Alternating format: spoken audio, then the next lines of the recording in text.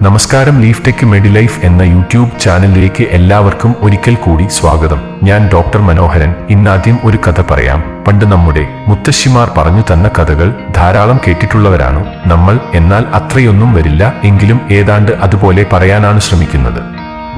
എന്തായാലും കാലാനുസൃതമായ ഒരു മാറ്റം തീർച്ചയായും ഈ കഥയിലും അങ്ങനെയൊന്നുണ്ട്.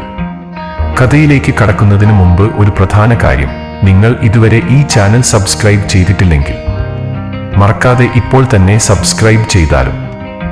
കാണാൻ അതിഗംഭീരവും അതിലേറെ ഭംഗിയുമുള്ള ഒരു ചെടിയുടെ വളരെ ആകർഷണീയമായ കാര്യങ്ങളാണ് ഈ വീഡിയോയിൽ കൂടി നമ്മൾ നോക്കുന്നത്. ദൃശ്യഭംഗി മാത്രമല്ല, ഉഷ്ണമേഖലാ സൗന്ദര്യത്തിന്റെ പ്രതീകം കൂടിയാണ് ഈ ചെടി. ബേർഡ്സ് നെസ്റ്റ് ഫേൺ, അല്ലെങ്കിൽ ശാസ്ത്രീയമായി അസ്പ്ലേനിയം നിഡസ് എന്നൊക്കെയാണ് ഈ ചെടിയുടെ പേര്. ഇനി കഥയിലേക്ക് പോകാം.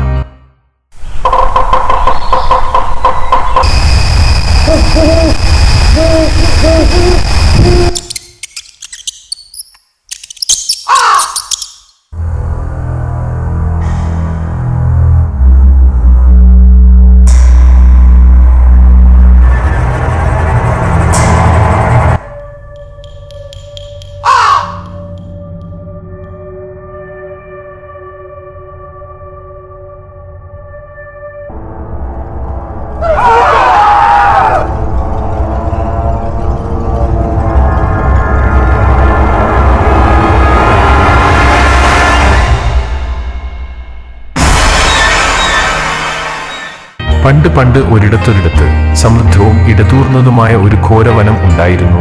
ധാരാളം മൃഗങ്ങളും സസ്യലതാതികളും പുഴകളും മലകളും വൻപാറക്കെട്ടുകളും ഒക്കെ നിറഞ്ഞ ഒരു കാടായിരുന്നു അത്.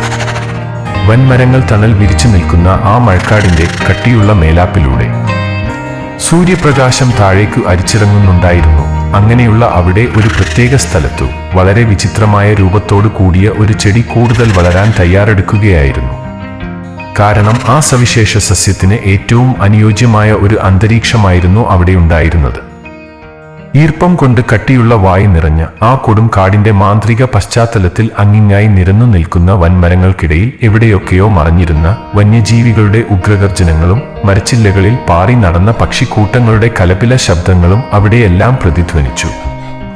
വല്ലാത്തൊരു അന്തരീക്ഷം. ഈ മഴക്കാടിന്റെ ഹൃദയഭാഗത്ത് ഉയർന്നു നിൽക്കുന്ന ആ വൻമരത്തിന്റെ ചുവട്ടിൽ നിന്ന് ഫെർൻലി എന്നു പേരുള്ള ഒരു യുവ ബേർഡ്സ് നെസ്റ്റ് ഫേൺ മുളച്ചു പൊങ്ങി.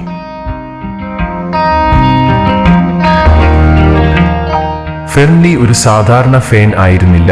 മറ്റുള്ളവരിൽ നിന്നു അവനെ വേറിട്ടു നിർത്തുന്ന ഒരു പ്രത്യേക മാന്ത്രിക സൗന്ദര്യം തന്നെ അവനുണ്ടായിരുന്നു. അവന്റെ ശിഖരങ്ങൾ മനോഹരമായി വിടർന്നു. അത് മഴത്തുള്ളികളും മഞ്ഞുവീഴ്ചയും തഴുകുന്ന തികഞ്ഞ വൃത്താകൃതിയിലുള്ള ഒരു കൂടുണ്ടാക്കി. മധ്യഭാഗത്ത് ചെറിയ തിളങ്ങുന്ന ഒരു കുളവും സൃഷ്ടിച്ചു. ഫെർൻലിക്ക് ഒരു സ്വപ്നം ഉണ്ടായിരുന്നു. മുഴുവൻ മഴക്കാടുകളിലെയും ഏറ്റവും ഗംഭീരമായ ബേർഡ്സ് നെസ്റ്റ് ഫേൺ ആകുക എന്നത് ഒരു സ്വപ്നം. എല്ലാ ദിവസവും അവൻ തന്റെ തണ്ടുകൾ അല്പം മുകളിലേക്ക് നീട്ടി മുകളിലെ ഇടതൂർന്ന സസ്യജാലങ്ങളിലൂടെ അരിച്ചിറങ്ങുന്ന സൂര്യപ്രകാശത്തിലേക്ക് എത്തും. അവന്റെ കാൽ കീഴിലെ സമ്പന്നമായ മണ്ണിൽ നിന്ന് പോഷകങ്ങൾ ആഗിരണം ചെയ്യുകയും വായുവിൽ നിന്ന് ഈർപ്പം വേണ്ടുവോളം ശേഖരിക്കുകയും ചെയ്തു. ഓരോ ദിവസം കഴിയുന്തോറും കൂടുതൽ ശക്തനും കാഴ്ചയ്ക്ക് അതിസുന്ദരനുമായി അവൻ വളർന്നു. ഫെർൻലി വളർന്നപ്പോൾ മഴക്കാടുകളിലെ വിവിധ ജീവികളുടെ സങ്കേതമായി അവൻ. ചെറിയ പ്രാണികൾ അവന്റെ ശിഖരങ്ങൾക്കുള്ളിൽ അഭയം തേടി. പക്ഷികൾ അവന്റെ സമൃദ്ധമായ ഇലകളിൽ ഇരുന്നു സ്വന്തം വീട് പണിയുന്നതിനുള്ള ഒരു സുരക്ഷിത ഇടമായി അവന്റെ കൂട് ഉപയോഗിച്ചു. എല്ലാ ജീവജാലങ്ങളും മഴക്കാടുകളുടെ ആവാസ വ്യവസ്ഥയുടെ സൂക്ഷ്മമായ സന്തുലിതാവസ്ഥയിൽ നിർണായക പങ്ക് വഹിക്കുന്നുണ്ടെന്ന് മനസ്സിലാക്കി ഫെർൻലി അവരെയെല്ലാം 100 മനസ്സോടെ സ്വാഗതം ചെയ്തു. അങ്ങനെയിരിക്കെ ഒരു ദിവസം വർണ്ണാഭമായ പക്ഷികളുടെ ഒരു കുടുംബം അവിടേക്ക് പറന്നു വരികയും ഊർജ്ജസ്വലനായി നിൽക്കുന്ന ഫെർൻലിയെ കാണുകയും അവന്റെ ഭംഗിയിലും അത് നൽകുന്ന സുരക്ഷിതത്വത്തിലും ആകൃഷ്ടരായ അവർ അത് തങ്ങളുടെ വീടാക്കാൻ തീരുമാനിക്കുകയും ചെയ്തു. എന്നിട്ടവർ അവന്റെ ചുറ്റും പലവട്ടം പറന്നു. മറിഞ്ഞും തിരിഞ്ഞും നോക്കി. പിന്നെ പതിയെ ചില്ലകളും ഇലകളും നെയ്തെടുത്തു. അവർ അവരുടെ കൂട് കെട്ടിയുണ്ടാക്കി. അങ്ങനെ സുഖപ്രദമായ ഒരു സങ്കേതം സൃഷ്ടിച്ചു.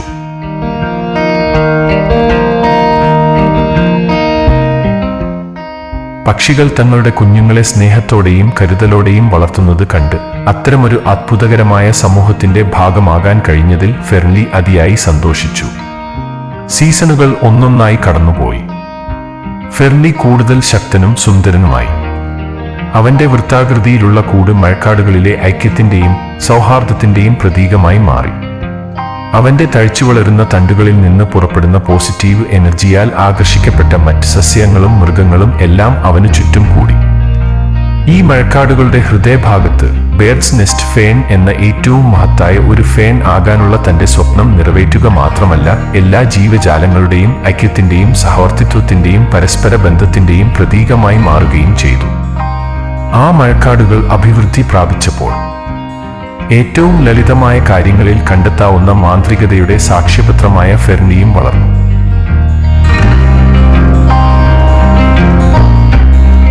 വിശാലവും തിളങ്ങുന്നതുമായ തണ്ടുകളും വ്യതിരിക്തമായ കൂടുപോലുള്ള ആകൃതിയും ഉള്ള ബേർഡ്സ് നെസ്റ്റ് ഫേൺ വീട്ടുചെടികളുടെ ലോകത്തിലെ ഒരു ഷോ സ്റ്റോപ്പറാണ്.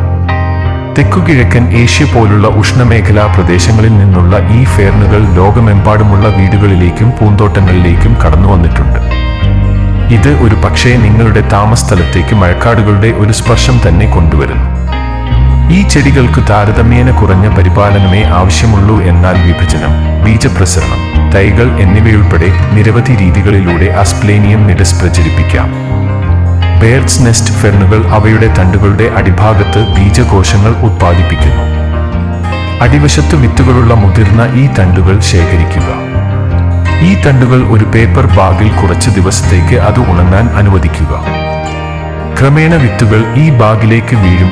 അണുവിമുക്തമായ പോട്ടിംഗ് മിശ്രിതത്തിന്റെ ഒരു ട്രേയിൽ ഈ വിത്തുകൾ പാകുക. പീറ്റ് മോസ്, പെർലൈറ്റ്, ഓർക്കിഡ് പുറംതൊലി എന്നിവയുടെ മിശ്രിതം പോലെ നന്നായി നീർവാർച്ചയുള്ള പോട്ടിംഗ് മിശ്രിതം മാത്രം ഇതിനായി ഉപയോഗിക്കുക. അമിതമായ നനവ് ഒഴിവാക്കുക. ബേർഡ്സ് നെസ്റ്റ് ഫേർണുകൾ തെളിച്ചമുള്ളതും പരോക്ഷവുമായ വെളിച്ചമാണ് ഇഷ്ടപ്പെടുന്നത്. നേരിട്ടുള്ള സൂര്യപ്രകാശം ഒഴിവാക്കുക, കാരണം ഇത് തണ്ടുകൾ കരിഞ്ഞു പോകുന്നതിന് കാരണമാകും. രണ്ടാമതായി താപനിലയും ഈർപ്പവും ഏതാണ്ട് 60 ഡിഗ്രി ഫാരൻഹീറ്റ് മുതൽ 70 ഡിഗ്രി ഫാരൻഹീറ്റ് വരെ നിലനിർത്തുക. മണ്ണിൽ വെള്ളം കെട്ടി നിൽക്കാതെ ഈർപ്പം നിലനിർത്തണം. വളരുന്ന സീസണിൽ ഓരോ 4 അല്ലെങ്കിൽ 6 ആഴ്ചകളിലും പകുതി ശക്തിയിൽ ലയിപ്പിച്ച സമീകൃത ദ്രാവക വളം ഉപയോഗിക്കുന്നത് ഉചിതമായിരിക്കും. എന്നാൽ അമിത വളപ്രയോഗം ഒഴിവാക്കേണ്ടതാണ്. സാധാരണയായി ഓരോ 2 അല്ലെങ്കിൽ 3 വർഷമാകുമ്പോൾ വസന്തകാലത്ത് റീപോർട്ട് ചെയ്യേണ്ടതുണ്ട്. കീടബാധയുണ്ടാകാതിരിക്കാൻ സ്ഥിരമായി നിരീക്ഷിക്കുക. സ്കെയിൽ അല്ലെങ്കിൽ മെലിബഗുകൾ പോലുള്ള കീടങ്ങളെ കണ്ടെത്തിയാൽ ഏതെങ്കിലും കീടനാശിനി അല്ലെങ്കിൽ സോപ്പോ വേപ്പെണ്ണയോ ഉപയോഗിച്ച് ഉടൻ ചികിത്സിക്കേണ്ടത് വളരെ പ്രധാനമാണ്. നനയ്ക്കുന്നതിനു മുമ്പ് മണ്ണിന്റെ ഈർപ്പം പരിശോധിക്കുക. മുകളിലെ ഒരിഞ്ച് ചെറുതായി വരേണ്ടതായി തോന്നുന്നുവെങ്കിൽ ഇത് നനയ്ക്കാനുള്ള സമയമാണ്. സാധ്യമെങ്കിൽ കിണറിലെ വെള്ളമോ മഴവെള്ളമോ ഉപയോഗിക്കുക.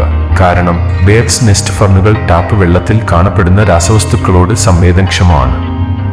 ചിലപ്പോൾ ഈ ചെടിക്ക് ഒരു തവിട്ട് നിറം കാണാറുണ്ട്. ഇങ്ങനെ തവിട്ട് നിറമാകുന്നതിനുള്ള ചില സാധാരണ കാരണങ്ങൾ നോക്കുമ്പോൾ മുഖ്യമായും അമിതമായ നനവ് തന്നെയാണ്. മറ്റൊന്ന്, നേരിട്ട് സൂര്യപ്രകാശം ഏൽക്കുന്നത് തണ്ടുകൾ കരിഞ്ഞ് തവിട്ട് നിറമാകാൻ ഇടയാക്കും. ഫേണിന്റെ രൂപം നിലനിർത്താൻ ഈ തണ്ടുകൾ അടിത്തറയോട് ചേർന്ന് ട്രിം ചെയ്യുക. വളരെ പ്രധാനമായി ശ്രദ്ധിക്കേണ്ട ഒരു കാര്യം, ചെടി നനയ്ക്കുമ്പോൾ ചെടിയുടെ സെന്റർ ഭാഗം ഒഴിവാക്കുക. റോസറ്റിന്റെ മധ്യഭാഗത്ത് വെള്ളം വീഴുന്നത് ഒഴിവാക്കിക്കൊണ്ട് നേരിട്ട് ചുവട്ടിലെ മണ്ണ് മാത്രം നനയ്ക്കുക. അല്ലെങ്കിൽ ഇത് ഫംഗസ് പ്രശ്നങ്ങൾക്ക് കാരണമാകും. വൃത്തിയുള്ളതും മൂർച്ചയുള്ളതുമായ കത്രിക അല്ലെങ്കിൽ അരിവാൾ കത്രിക ഉപയോഗിച്ച് മഞ്ഞയോ കേടായതോ ആയ തണ്ടുകൾ വെട്ടിമാറ്റുക. ഇത് ചെടിയുടെ ഊർജത്തെ ആരോഗ്യകരമായ വളർച്ചയിലേക്ക് തിരിച്ചുവിടാൻ സഹായിക്കുന്നു. ചെതുമ്പൽ പ്രാണികൾ അല്ലെങ്കിൽ ചിലന്തി കാശ് പോലുള്ള കീടങ്ങളെ നിരീക്ഷിക്കുക. കണ്ടെത്തിയാൽ കീടനാശിനി സോപ്പോ വേപ്പെണ്ണയോ ഉപയോഗിച്ച് ഉടൻ ചികിത്സിക്കുക. വീഡിയോ ഇഷ്ടമായെങ്കിൽ ലൈക്ക് ചെയ്യുക, കമന്റ് ചെയ്യുക, ഷെയർ ചെയ്യുക, സബ്സ്ക്രൈബ് ചെയ്യുക. ഇനിയും ഈ ചാനലിൽ നിന്നുള്ള വീഡിയോകൾ കാണുന്നതിനായി ബെൽ ബട്ടൺ എനേബിൾ ചെയ്തു വയ്ക്കുക. അതുപോലെ ഈ ചാനലിൽ നിന്നുമുള്ള പോഡ്കാസ്റ്റുകൾ ഇപ്പോൾ യൂട്യൂബ് മ്യൂസിക്കിലും മറ്റു പോഡ്കാസ്റ്റുകളിലും ലീഫ്ടെക് ഇന്ത്യ എന്ന് സെർച്ച് ചെയ്താൽ ലഭിക്കുന്നതാണ്. ദയവായി അതും കൂടി ഫോളോ ചെയ്യുക, സഹകരിക്കുക. വീണ്ടും കാണാം, കേൾക്കാം. ലീഫ്ടെക് മെഡിലൈഫ് സൈനിങ് ഓഫ്.